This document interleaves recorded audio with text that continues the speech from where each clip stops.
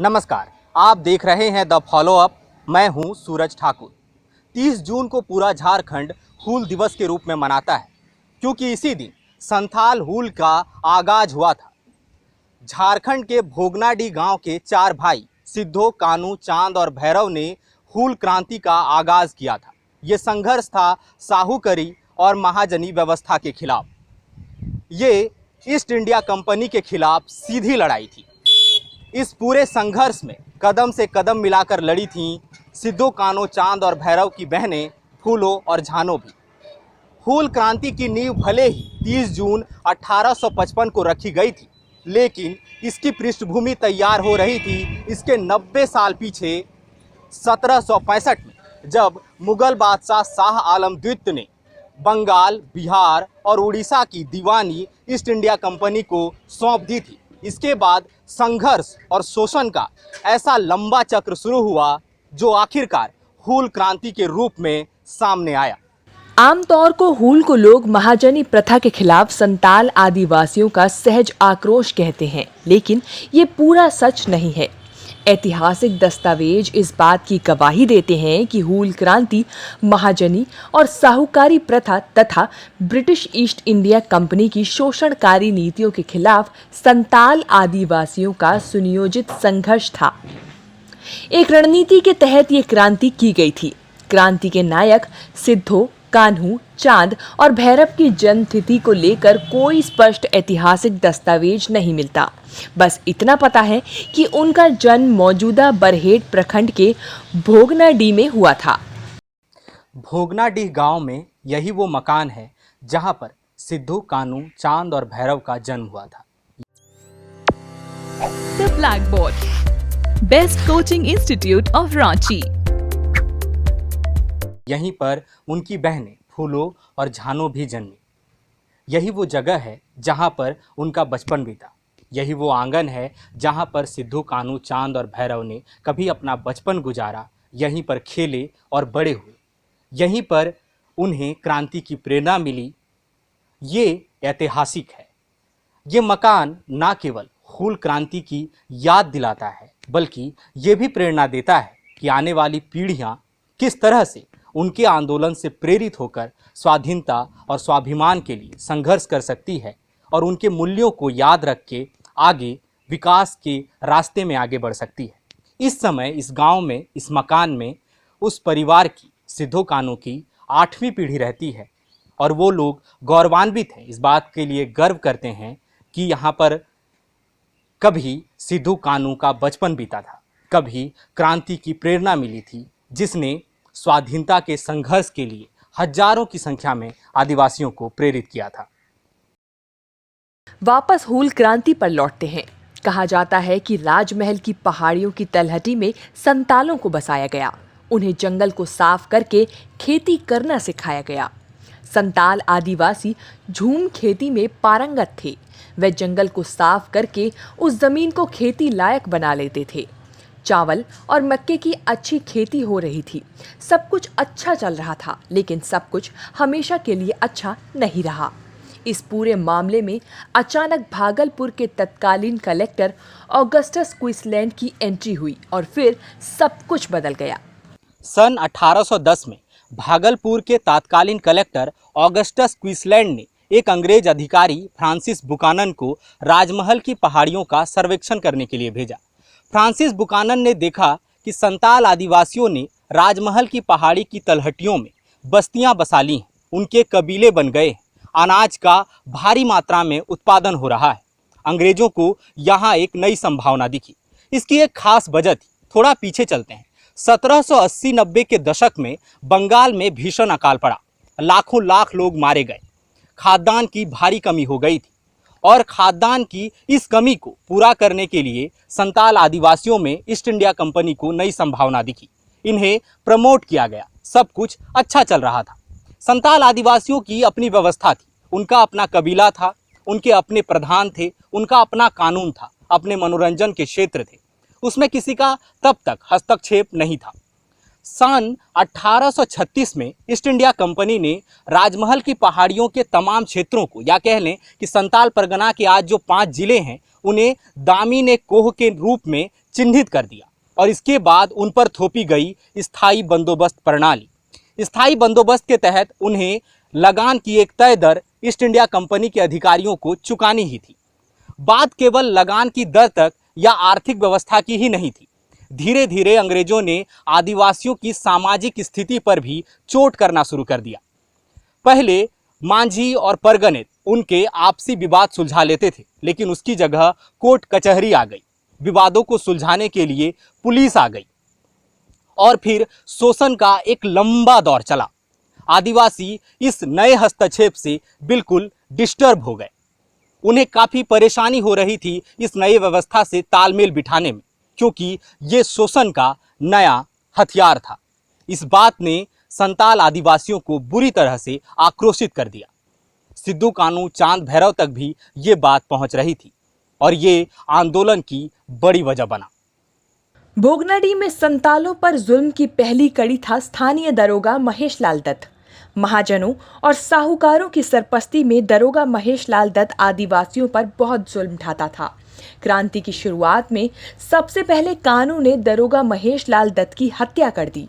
इसके बाद पंचकठिया के 5 बंगाली महाजनों की हत्या आदिवासी क्रांतिकारियों ने कर दी।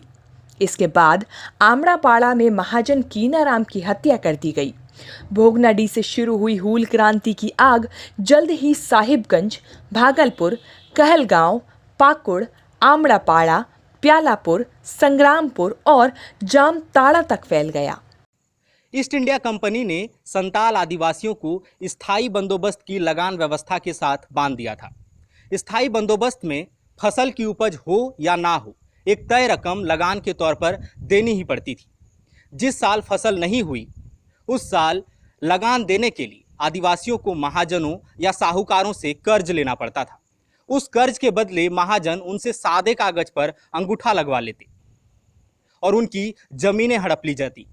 ऋण नहीं चुकाने पर उनकी महिलाओं को उठा लिया जाता, उन्हें मारा पीटा जाता, बेगार करवाई जाती। इन सब बातों ने आदिवासियों में आक्रोश भर दिया था। सिद्धू कान्हू, चांद और भैरव लगातार ये सब देख रहे थे, सुन रहे थे। उनके मन में भी ईस्ट इंडिया कंपनी और महाजनी प्रथा के खिलाफ आक्रोश बढ़ता जा रहा था। ऐसे में दुनिया बाबा नाम के एक शख्स ने सिद्धू को आबुआ राज की संकल्पना के साथ संघर्ष के लिए प्रेरित किया। 30 जून सन 1855 को एक मैदान में भोगनाडीह के पास सिद्धू कान्हू, चांद और भैरव ने आदिवासियों की सभा बुलाई। गांव-गांव डुगडुगी बजवाई गई।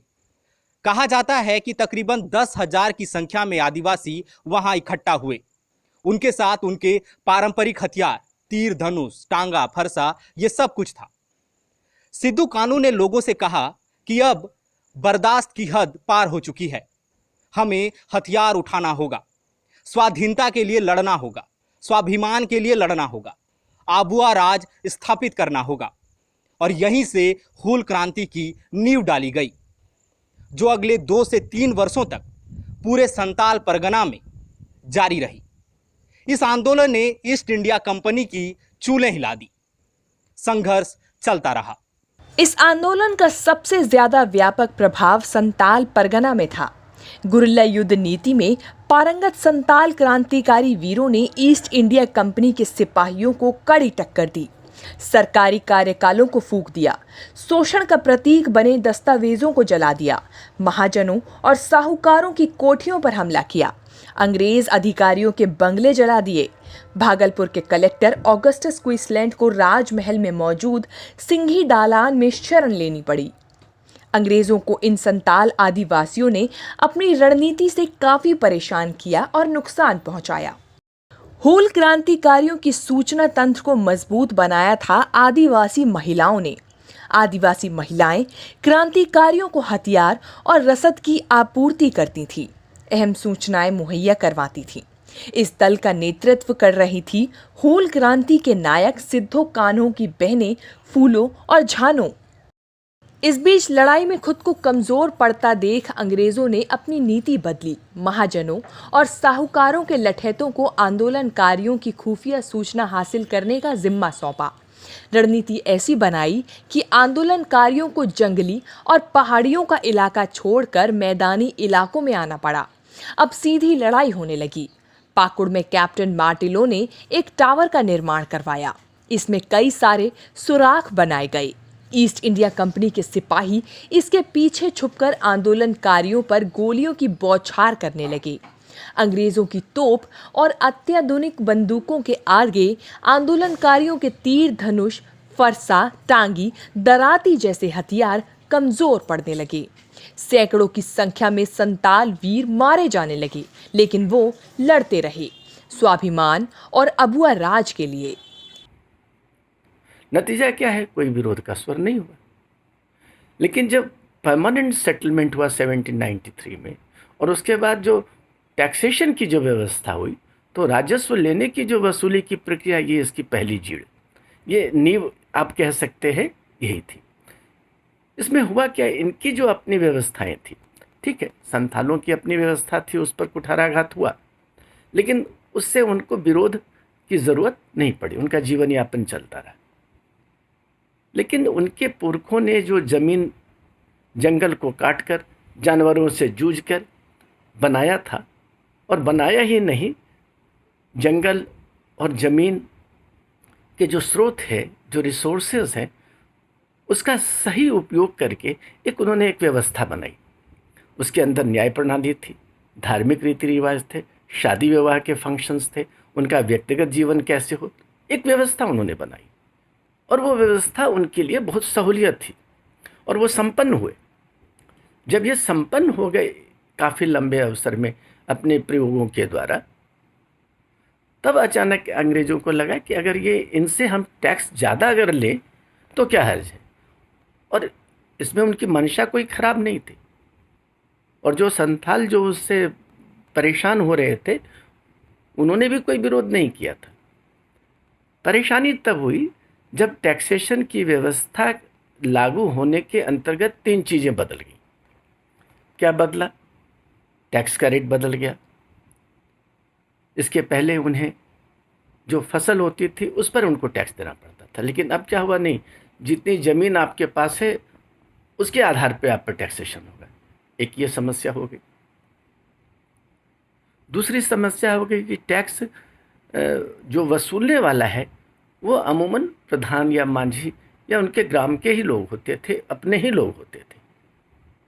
अब क्या हो गया, टैक्स लेने के लिए नायब सजवाल आ गए, टैक्स कलेक्टर्स आ गए, ये सब लोग बाहर के थे। तीसरी व्यवस्था क्या हुई कि चूँकि ये आंतरिक स्रोतों से टैक्स कलेक्शन होता था, तो उनको एक सहूलियत दी जाती थी कि चलो इस बार पैसे कम हो, इस बार अनाज कम हुआ है तो थोड़ा 2 बार में 3 बार में इंस्टॉलमेंट्स में दे देना। लेकिन बाहर से जब व्यवस्था वसूली करने वाले हैं, उनको इस तरह की सहानुभूति का कोई मतलब ही नहीं था। नतीजा क्या हुआ, ये जोर ज़बरदस्ती करने लगे। और जोर ज़बरदस्ती इतना ही नहीं, बार्टर सिस्टम से कैश में आ गया। तो कैश तो इनके पास था नहीं, इनकी अपनी व्यवस्था थी, जंगल पर आधारित थी, ज़मीन पर आधारित थी, इनकी अपनी स्थानीय व्यवस्था थी और बड़े संपन्न थे। लेकिन जब कैश की बात हुई तो महाजन को लाया गया। महाजनों ने शुरू में इन्हें कैश दे के उनकी जान बचाई कि चलो भाई टैक्स देना है, सरकारी नियम है। नियम की अवहेलना कभी नहीं की है। यह आपको मैं अपने अनुभव के आधार पर बताऊंगा। संथाल समाज जो है कभी भी नियम की अवहेलना नहीं करता है। हूल आंदोलन भोगनाडीह से निकलकर साहेबगंज, कहलगांव, भागलपुर, रानीगंज, संग्रामपुर, आमड़ापाड़ा, जामताड़ा तक फैल चुका था। हूल क्रांति के जितने भी सिपाही थे वो ईस्ट इंडिया कंपनी के सिपाहियों के खिलाफ लगातार संघर्ष कर रहे थे। मैदानी इलाकों में सीधी लड़ाई चल रही थी। राजमहल की पहाड़ियां संग्राम का क्षेत्र बनी हुई थी। इसी बीच संग्रामपुर की लड़ाई में अपने हजारों साथियों के साथ चांद और भैरव शहीद हो गए। इस बीच कान्हू भोगनाडीह में युद्ध नीति तैयार कर रहे थे। आगे की रणनीति बनाई जा रही थी। उसी समय किसी ने धोखा किया। कान्हू को पकड़कर धोखे से मार डाला गया। क्रांति के नायक सिद्धू उस वक्त जामताड़ा के ऊपरबंधा गांव में थे, जहां से उन्हें गिरफ्तार कर लिया गया और ईस्ट इंडिया कंपनी के सिपाही उन्हें पंचकठिया लेकर आए, जहां उन्हें फांसी दे दी गई। संघर्ष का समापन हो गया। हूल क्रांति का दमन कर दिया गया। लेकिन इस क्रांति ने आदिवासियों के मन में क्रांति की जो ज्वाला जगाई थी, संघर्ष के लिए जो प्रेरित किया था, आबुआ राज का जो संदेश दिया था, वो अनवरत कई सालों तक चलता रहा। thefollowup.in. Like, share, and subscribe. www.thefollowup.in